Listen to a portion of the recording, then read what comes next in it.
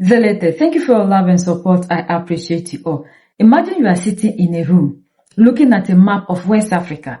Right in the middle is Burkina Faso. For years, the story you heard on major news channels was always the same. A story of fear, hopelessness, and the need for international bodies to save the day.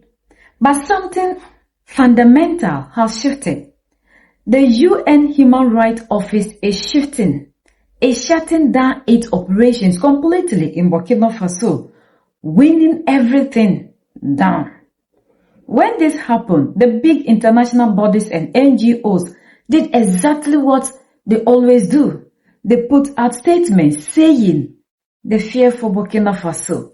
They warn about a black hole of accountability, claiming that without them, the country is lost. But if you look deeper at the history, you realize this isn't a story of a country falling apart. It is a story of a country asserting the sovereignty and rejecting a system that has failed Africa for over half a century.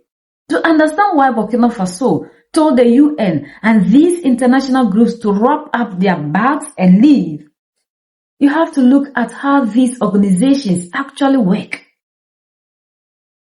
For decades, whenever there is a crisis in an African country, the UN sets up big offices, sends in expensive vehicles, and deploys personnel. But what did they actually achieve on the ground? While the people suffer from insecurity, these organizations behave like a super police force. They spend their time writing reports, counting bodies, and telling sovereign governments what they can and cannot do. Burkina Faso's foreign minister put it clearly during a meeting with the UN resident coordinator in the capital, Ouagadougou. He accused international organizations of acting like super police and overstepping the country's sovereignty. Think about it. You are fighting a brutal war against terrorism. Your soldiers and citizens are dying every single day. Instead of providing the heavy weapons, intelligence, or real military support you needed to defeat the enemy, the UN sits in air-conditioned offices compiling lists of violations.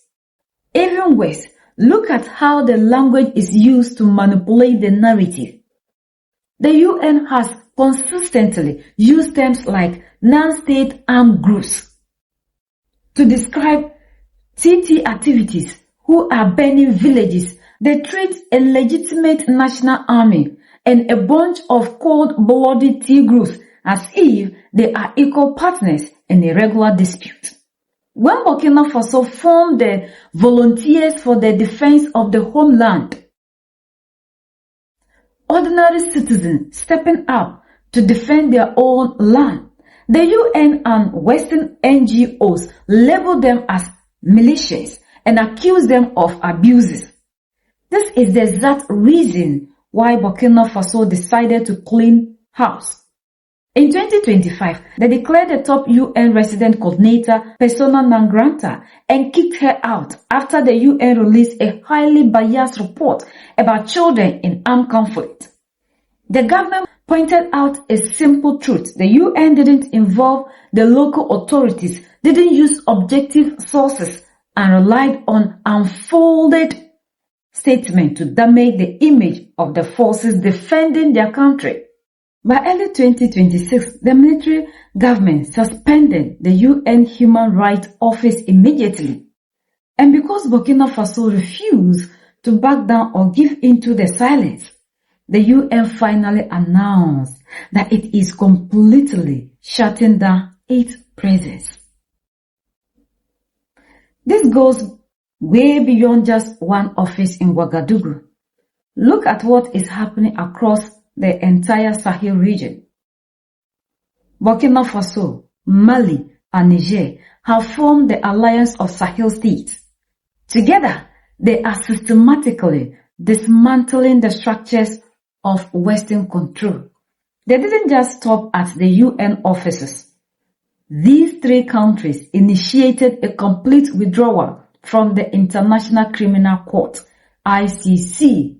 They call the ICC exactly what it is, a tool of neo-colonial repression.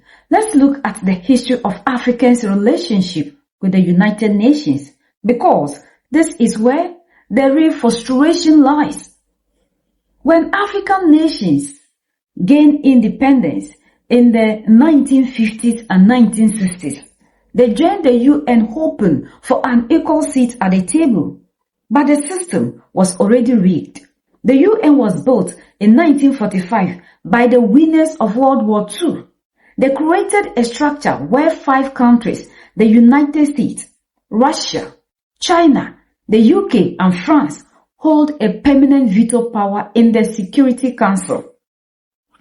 This veto power means that no matter what the rest of the world wants, if one of these 5 countries disagrees, nothing happens. Africa has over 1.4 billion people and 54 sovereign nations, yet not a single African country has a permanent seat or a veto vote on that council. We go there to be completely passive. We sit in the big rooms.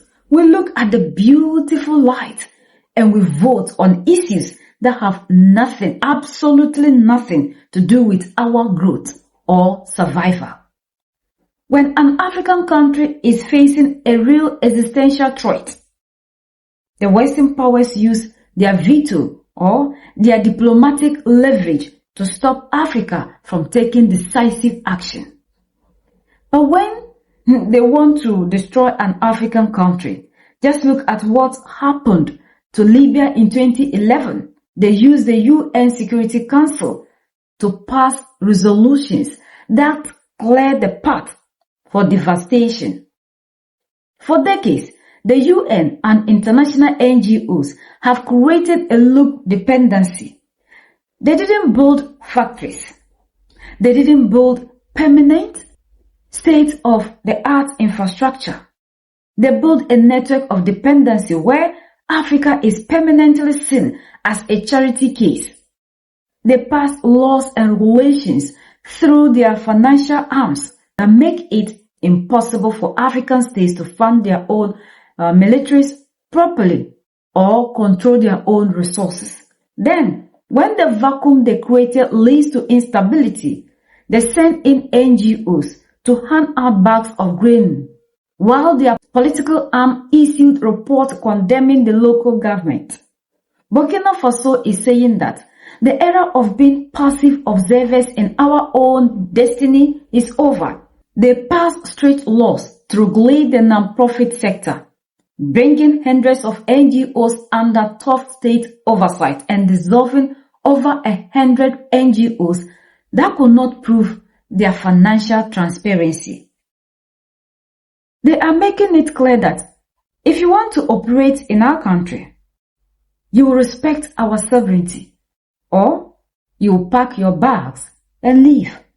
The international community wants everyone to believe that Burkina Faso is isolating itself and that the country will collapse without Western oversight.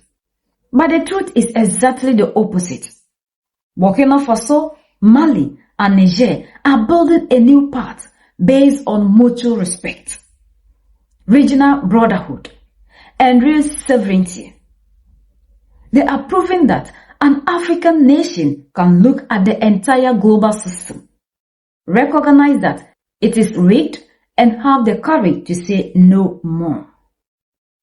The closure of these UN offices is not a tragedy. It is a declaration of independence. It is a sign that Africa is tired of voting on issues meant to benefit others while remaining a passive spectator in a global game. The frontline narrative is changing, and it is being written by countries that refuse to let outsiders act as the super police of their land. We are the only ones that can set ourselves free. United we stand, divided we fall, and united we keep standing forever and ever. The greatest enemy of the African is mental slavery. So let's decolonize ourselves from mental slavery. Let's keep sharing to educate our brothers and sisters. Together we'll make Africa great for ourselves and the next generations that are going to come. So that's the latest around the world. In Africa, West Africa, in Burkina Faso,